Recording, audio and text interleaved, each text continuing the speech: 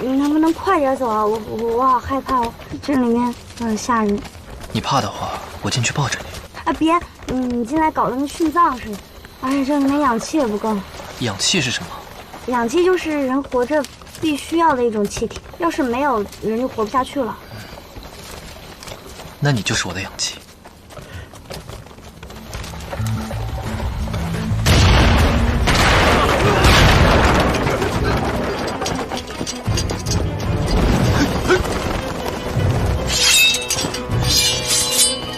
放开他！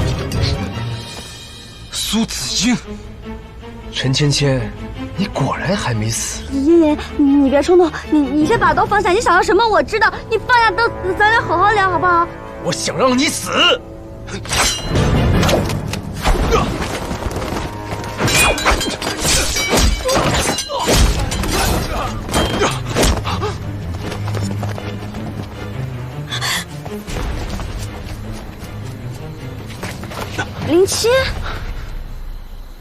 ！07，你没死。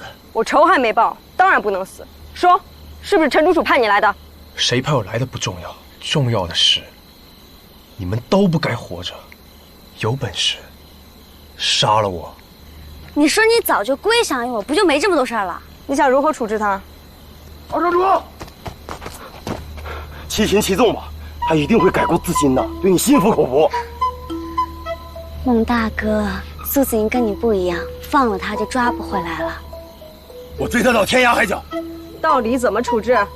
苏子英三番五次想要置你于死地，此人死不足惜。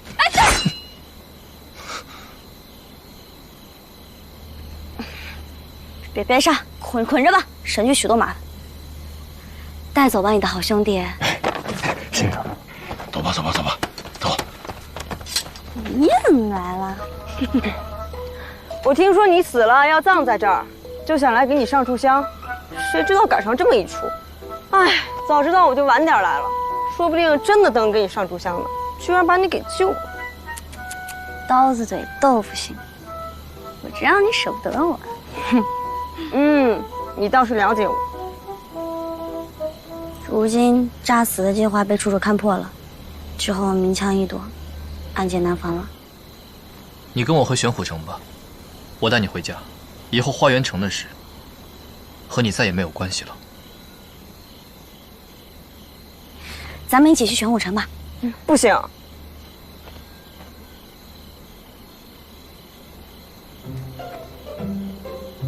谁呀？那个人是玄虎城的行商，我重伤的时候他救了我。